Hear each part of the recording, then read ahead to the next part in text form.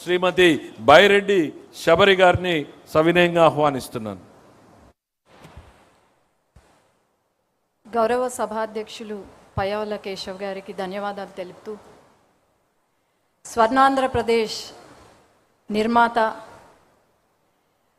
అభివృద్ధికి care of address, అలాగే దేశ రాజకీయాల్లోనే కింగ్ మేకర్గా మన పార్టీ అధినేత గౌరవనీయులు ముఖ్యమంత్రి గారు నారా చంద్రబాబు నాయుడు గారికి, అట్లాగే యువ నాయకులు మన party working president Nara Lokesh అన్న గారికి, వేదికపై ఉన్న పెద్దలకి, అట్లాగే దేశ విదేశాల నుండి ఈ మహాసభను వీక్షిస్తున్న ప్రతి ఒక్క పసుపు సైన్యానికి నమస్కారాలు తెలియజేసుకుంటూ, మహానాడు ఒక సామాన్య సభ కాదు, పసుపు సైన్యం యొక్క గర్జన ఇది.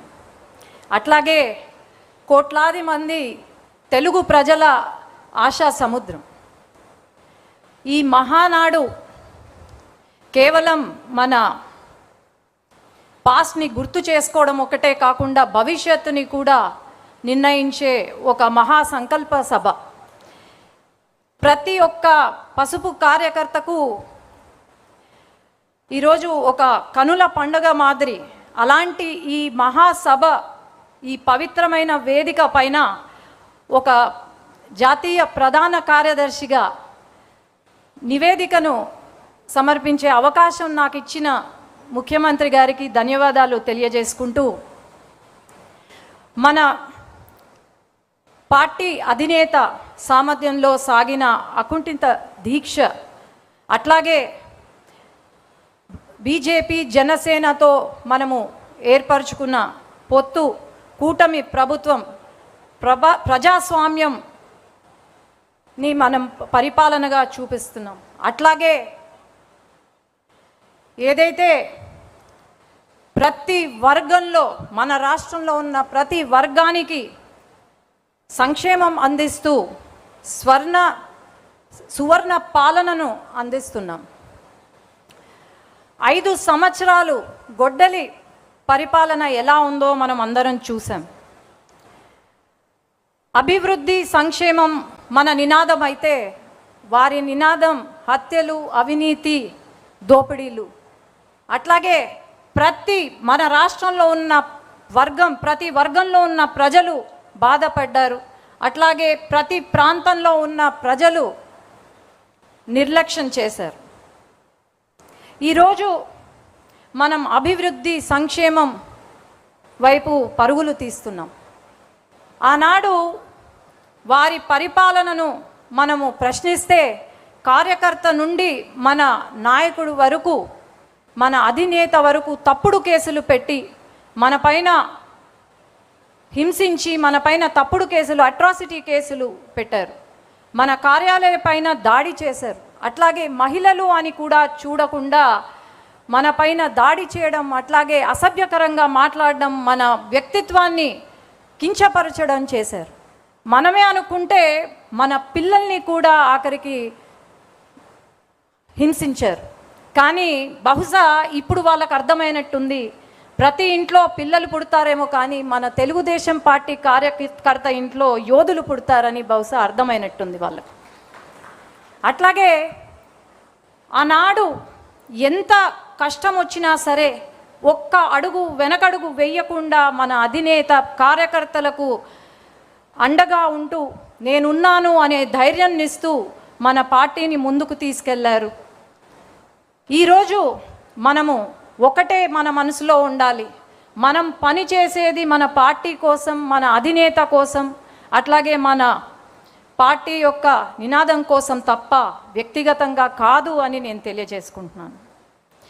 మనం ఎప్పుడూ కూడా మనం పడిన కష్టాన్ని మర్చిపోకూడదు. అట్లాగే మన అధినేత పడిన అవమానం మనం మర్చిపోకూడదు.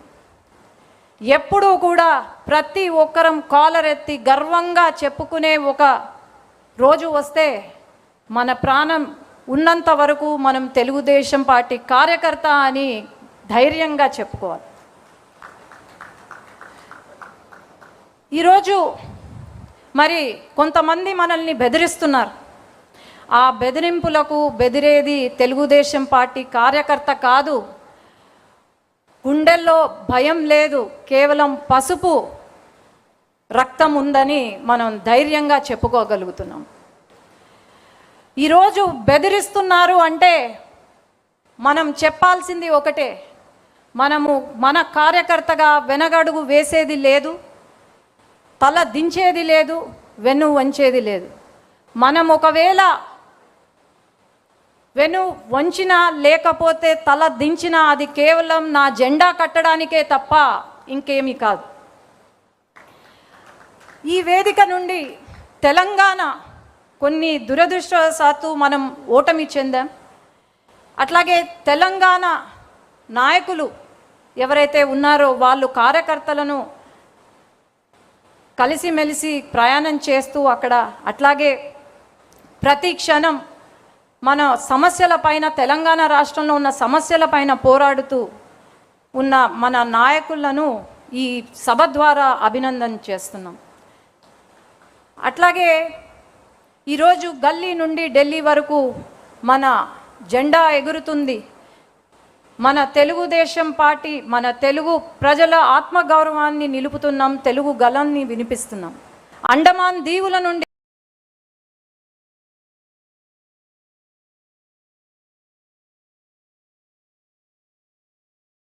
కూడా మన తెలుగుదేశం పార్టీ జెండా రెపరెపలాడుతుంది. ఎప్పుడు కూడా దేశంలో గళం వినిపించిందే తప్ప ఎప్పుడు కూడా వెనకడుగు వేయలేదు. మనం సూపర్ హిట్ ఈ 2 సంవత్సరాల పాలనలో సూపర్ 6ని సూపర్ హిట్ చేశాం. దీపం 2 పథకం కింద 3 గ్యాస్ సిలిండర్లు ఇస్తున్నాం. తల్లికి వందనం, ఫ్రీగా బస్ సర్వీస్, అట్లాగే రైతులను ఆదుకుంటున్నాం. ప్రతి ఒక్కరి ఇంట్లో వెలుగులు తీసుకొస్తున్నాం. ప్రతి వర్గం, ప్రతి కులం, ప్రతి మతానికి న్యాయం చేస్తుంది మన కూటమి ప్రభుత్వం. ఈరోజు అభివృద్ధే కాకుండా, సంక్షేమమే కాకుండా అభివృద్ధి వైపు పరుగులు తీస్తున్నాం. నారా లోకేష్ అన్న గారి కోరిక 24 లక్షల జాబులు యువతకు అందించాలని, ఆ కోరిక కూడా త్వరలో నెరవేరబోతుంది. యువత భవిష్యత్తు అంటనే గుర్తుకొచ్చే పేరు నారా లోకేష్ అన్న. అట్లాగే తెలుగుదేశం సింహానికి శక్తి గర్జన ఎలా అవుతుందో మన తెలుగుదేశం పార్టీకి శక్తి నారా లోకేష్ అన్న అని నేను గర్వంగా చెప్పుకోగలుగుతున్నాను. ఈరోజు రాష్ట్రంలో 2 సంవత్సరాల కాలంలో 23 లక్షల కోట్లతో పెట్టుబడులు తీసుకొచ్చాం. దాదాపు 800 పైన కంపెనీలకు ఏదో ఒక రోజు, ప్రతిరోజు శంకుస్థాపనలు కానీ ప్రారంభోత్సవం కానీ జరుగుతూనే ఉంది. కానీ గొడ్డలిపాటి సమయంలో ఒక్క కంపెనీ కూడా రాలేదు అని నేను చెప్తున్నాను. అట్లాగే సంక్షేమం, అభివృద్ధి, జాబ్సే కాకుండా ఒక పక్క ఇరిగేషన్ ప్రాజెక్ట్స్ని పూర్తి చేస్తున్నాం. శాంతి భద్రతను మనము చూసుకుంటున్నాము. ఇలా చేసుకుంటూ పోయి 5 సంవత్సరాల కాలంలో మనం అనుకున్న టార్గెట్ రీచ్ అవ్వబోతున్నాం. అలాగే నా స్పీచ్ కంప్లీట్ చేసే ముందు యువగలం పాదయాత్ర గురించి చెప్పాలి. ఆనాడు యువగలం పాదయాత్ర ద్వారా లోకేష్ అన్న ట్రైలర్ చూపిస్తే ఈరోజు ప్రజలే సినిమా చూపించారు మన గొడ్డలి పార్టీకి. ఆనాడు ప్రతి అడుగున అడ్డంకులే, ఆ అడుగులు ఈరోజు శక్తిగా మారి, ఆనాడు యువగలం అడుగులే ఈరోజు శక్తిగా మారాయని గర్వంగా చెప్తున్నాను. అట్లాగే ఈరోజు ఈ పవిత్ర సమయాన ఈ మహాసభ ముందు 7 ముఖ్యమైన చరిత్రాత్మక నిర్ణయాలను ఉంచుతున్నాను. అధినేత నాయకత్వంలో మరో ఆలోచనకు తావివ్వకుండా తెలుగుదేశం పతాకం నిరంతరం రెపరెపలాడేలా ముందుకు సాగాలి. ప్రజా శ్రేయస్సే లక్ష్యంగా నడుం బిగించి ప్రభుత్వానికి అండగా నిలవాలి. ప్రత్యర్థుల దుష్ప్రచారాన్ని గ్రామ స్థాయి నుండి రాష్ట్ర స్థాయి వరకు బలంగా తిప్పికొట్టాలి. మన ప్రభుత్వం చేపడుతున్న అభివృద్ధి సంక్షేమాలను ప్రజాక్షేత్రంలోని బలంగా తీసుకెళ్ళాలి. ఆధునీకరించబడిన పార్టీ సిద్ధాంతాలను ప్రతి కార్యకర్త చిత్తశుద్ధితో ప్రజల్లోకి తీసుకెళ్ళి ప్రచారం చేయాలి. మన రాజకీయ ప్రత్యర్థి జిత్తులమారి నక్క లాంటివాడు. అతని అవినీతి అక్రమాలపై ప్రతి కార్యకర్త డేగ కన్నులతో నిఘా వేస్తూ ప్రజలకు నిత్యం వివరిస్తూనే ఉండాలి. కుల మత ప్రాంతీయ విద్వేషాలు రెచ్చగొట్టే అసాంఘిక శక్తులు కదలికపై నిరంతరం అప్రమత్తంగా ఉండాలి. తెలుగు జాతి గౌరవం కోసం, తెలుగుదేశం పార్టీ కోసం జోహార్ ఎన్టీఆర్, జై తెలుగుదేశం, జై నారా చంద్రబాబు నాయుడు గారు, జై లోకేష్ అన్న, జై హింద్. థ్యాంక్ యూ శబరి గారు. మీ అందరి